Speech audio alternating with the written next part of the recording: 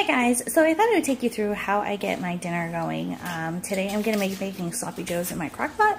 So I thought I would take you through my recipe and I'll show you like partway through cooking it and then what it looks like when it's done. And then I think I'll do it tomorrow night too and just put both recipes in one video. So let's get started. Hey guys, alright, so let's get started. So I have my crock pot. Mine actually comes out because I have a pressure cooker one. So mine comes out and I just usually put it on the counters because I have a little more room. And then I'm just cutting my ground beef package. I use frozen. It's obviously defrosted now. But I just put it right in. Here's a fun little tip. You do not need to, your ground beef, if you let it cook in the crock pot for a long time, it will actually cook itself. You don't need to brown it. So, like, I know it's like a misconception, but you actually can. I actually sometimes do my taco beef like this. So yeah, and I'm just making a single batch today because we're also going to have french fries with this. So, alright, let's get started. It does call for a chopped onion, but I actually will use the chopped onion that you can buy. I just find it a little easier for myself, and I just do a little sprinkle, just easier for myself. And then you need measuring spoons.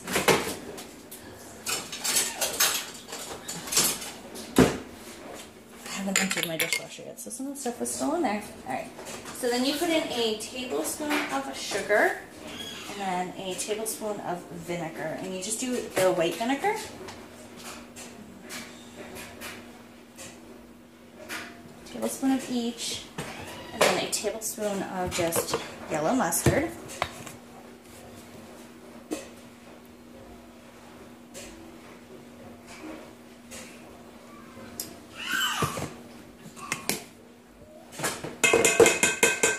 And then a tablespoon of Worcestershire sauce.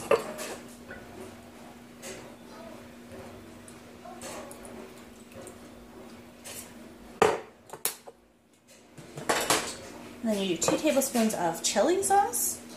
This is not opened yet, so.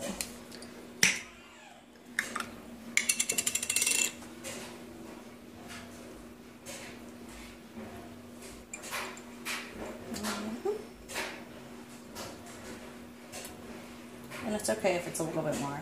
We actually don't mind. Right. And then you do 3/4 of a cup of ketchup.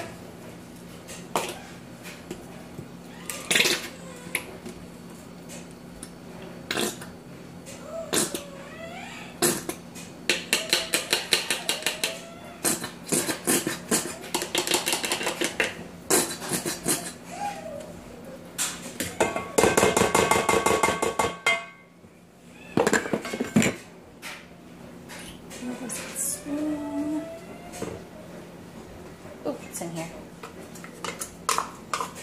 The last of it out.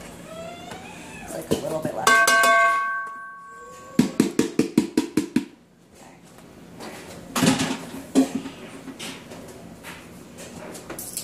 And so that's it. And then what I do is I just mix it all together.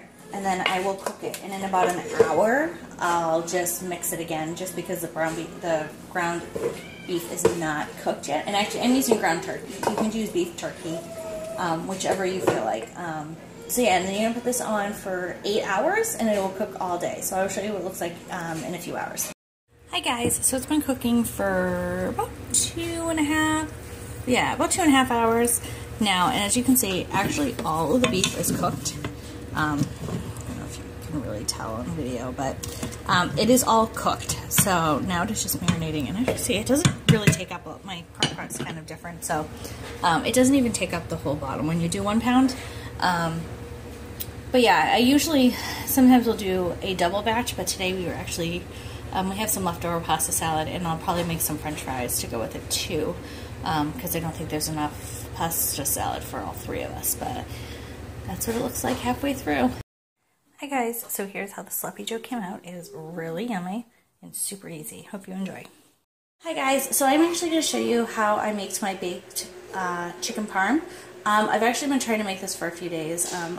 The adults in the house have gotten the boys cold, or well, they have RSV in group, but now we have gotten it.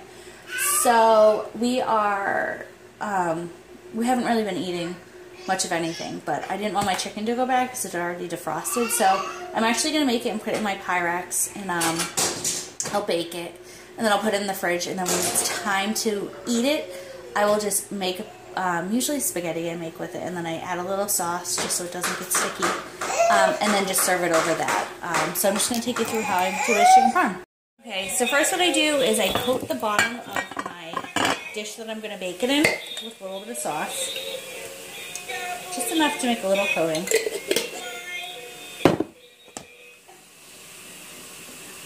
Just a nice little coat. I'll just put that off to the side for now. And then what I do is I take my chicken and I trim off all of the fat.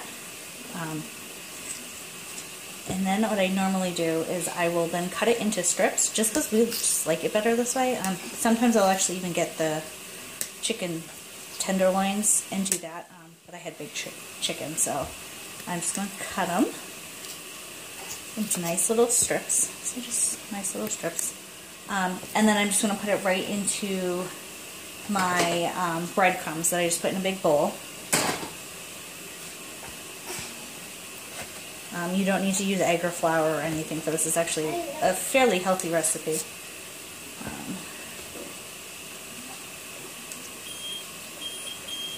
The boys are playing with the stove. You can see a little face. Because everyone wants mommy this morning. So, yeah. I know, right?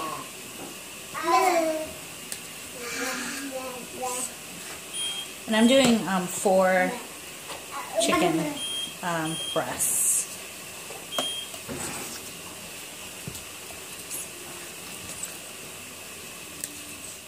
And usually I would have my stove preheating right now, but I don't have much counter space, and because the boys are helping me today, I'm actually using my stovetop as my workstation. So I will just preheat my oven afterwards, and you preheat your oven to 450. So I will just do that after.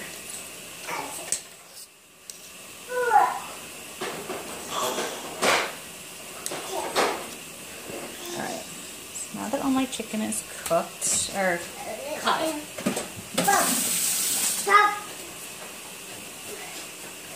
quickly wait. Nana's upstairs, honey. Quickly clean my counter. Yes, baby. That does our work. Okay. So then what I'm going to do is I just lightly coat all of my chicken in the breadcrumbs. Just going to put a nice light coat. And then just layer, just make a row of the chicken on the bottom of your baking dish. And I apologize for the whining in the background, but everyone wants... They actually are literally right at my feet. I want me to hold them. I can't exactly hold them and cook at the same time. Stop, Robert. Okay. As soon as I'm done, we can go cuddle.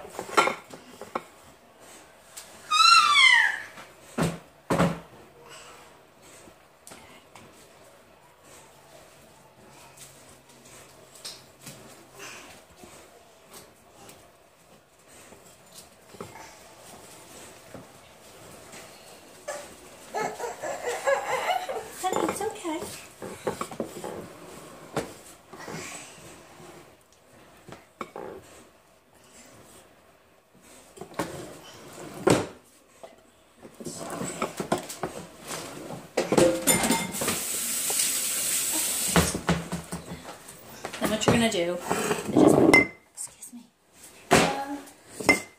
Now what you're going to do is just put another nice light layer of sauce over your chicken. And make a little mess, because that's what you do. And then you're just going to sprinkle some mozzarella cheese on top. You can do the cheese afterwards, like if you want to bake it and then put the cheese on, and then just let it, you know, put it in to melt it. We personally just like it really cooked. So, alright, so that is it. This is what your chicken parm looks like. Very nice and easy. And now I'm going to bake it at 450 for about 20 to 30 minutes. I usually will check the chicken because it all depends on like how thick my chicken is. My chicken is pretty thin, so it might be okay for 20 minutes. So I'm going to do this and I'll show you what it looks like after. Hi guys, so here it is all just out of the oven and it is delicious. I actually did check it already a couple minutes ago and it is all cooked through. So now what I'm going to do is actually let this obviously cool and then I will put the cover on it and we will have it another day. I don't know if we're going to have it tonight, but as I said, then we'll just make some pasta and put it with it and call it a night. So I hope you guys enjoyed this video. Let me know what you think.